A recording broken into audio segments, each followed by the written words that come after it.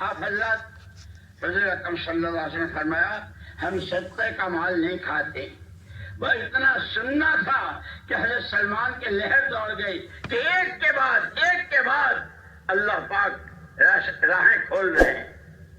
چلے گئے اپنے باغ میں کام کرتے رہے. ایک دن موقع ملا تو کچھ ہدیے کی کھجوریں لے کر آئے کہ وہ تو آپ نے قبول نہیں کسی شرط, یہ تو ہدیے کی, ہاں رکھ لو ہم لیتے ہیں, ہدیہ قبول کرتے. اب انتظار ہے وہ مہر نبوت کیسے دیکھوں. سب صحابہ بیٹھے ہوئے ہیں, حضرت سلمان پیچھے بیٹھ گئے. حضور اکرم صلی اللہ علیہ وسلم نے چادر اوڑھی تھی. اب چادر کے نیچے وہ مہر, اس میں کیسے دیکھوں. لیکن کیا یوں کیا مثل مشہور ہے, پیاسا کنویں کے پاس جاتا ہے, جب خدا مہرباں ہوتا ہے کنواں خود کھنچ کے آتا ہے. زمزم کا کنواں کہاں ہے؟ زمزم کہاں ہے؟ مکے میں. اور گھروں میں کتنا آتا ہے؟ کنواں خود کھنچ کے آ رہا ہے.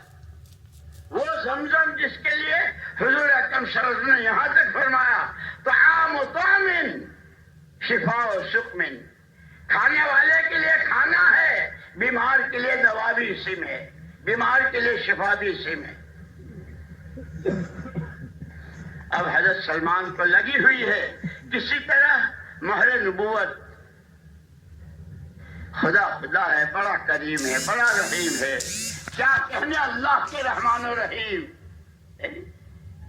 وہ سلمان, وہ گھرانہ, وہ سفر, وہ یوں کہ جب آدمی تھکتا ہے, پچھتا ہے, قربانیاں دیتا ہے اور کسی سے کچھ ایک اللہ کی لو لگاتا ہے, اللہ راضی ہو جائے, نبی کی آنکھیں ٹھنڈی ہو جائے, آپ کا اتباع کرنا ہے. اللہ نے ہوا چلا دی, ہوا پر اللہ کا قبضہ. اللہ نے ہوا, اتنی زور کی ہوا چلی کہ حضرت رسول پاک صلی اللہ علیہ وسلم کی چادر گر گئی اور وہ مہر نبوت نظر. آگے بڑھ کر سلمان نے بوسہ لے لیا, اشہد ان لا الہ الا اللہ اشہد انک رسول, آپ ہی اللہ کے سچے رسول. کہاں سے چلے تھے, کیسے چلے تھے, کہاں بیتے تھے, کیا کیا محنتیں کی تھی, اب اللہ کے سر. اور یہ وہی حضرت سلمان رضی اللہ تعالیٰ عنہ کہ جب دشمن نے مکہ مدینے پر چڑھائی کرنے کا ارادہ کیا اور بڑی فوجوں کے ساتھ کہ رہے مکہ نہ مدینہ, نہ مکے والے نہ مدینے والے, اس ارادے سے کیا کرنا چاہیے. اس میں مشورہ دینے والے حضرت سلمان, انہوں نے کہا ہمارے یہاں سے جب کبھی کوئی دشمن چڑھ کر آتا ہے تو ہم خندق کھودتے ہیں اور اس کے حساب سے اس کا مقابلہ کرتے ہیں. حضور اکرم صلی اللہ علیہ وسلم نے بھی ان کی رائے پسند کی اور ان کی رائے پر وہ خندق میں جو 10 جگہ 10 آدمیوں کی جماعت, 10 آدمیوں کی جماعت صحابہ کی, تم یہاں سے لے کے یہاں تک کھودو, تم یہاں سے لے کے یہاں تک کھودو.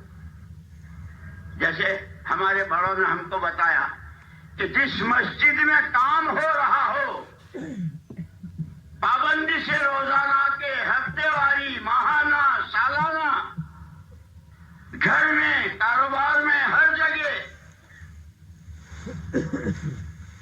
کہ اللہ پاک ان کی کیسی مدد کرتے ہیں. وہ کھول رہے تھے اور جب تھک جاتے تو دوسرے حصے والے کے گھبراؤ مت, انشاءاللہ ہم تمہارا ساتھ دیں گے.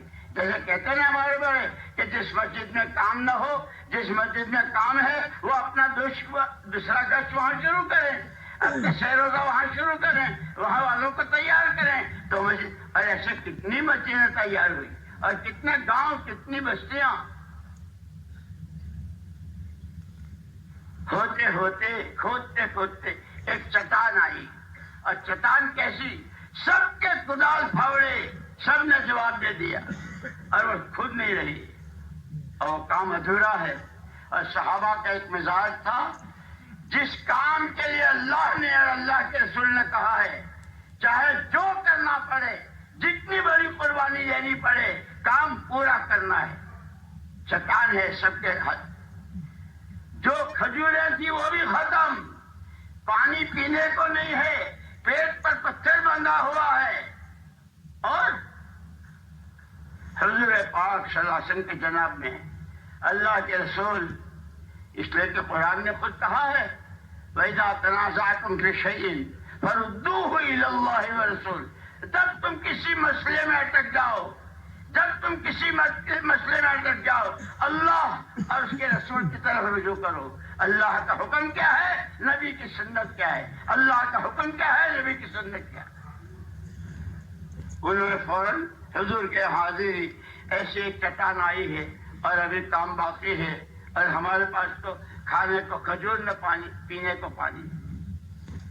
حضور اکرم صلی اللہ علیہ وسلم نے اتنی دعا دے کر واپس, اچھا اوہو بھائی بڑی پریشانی ہے, اچھا میں دعا کرتا ہوں اللہ تمہاری مدد فرماوے.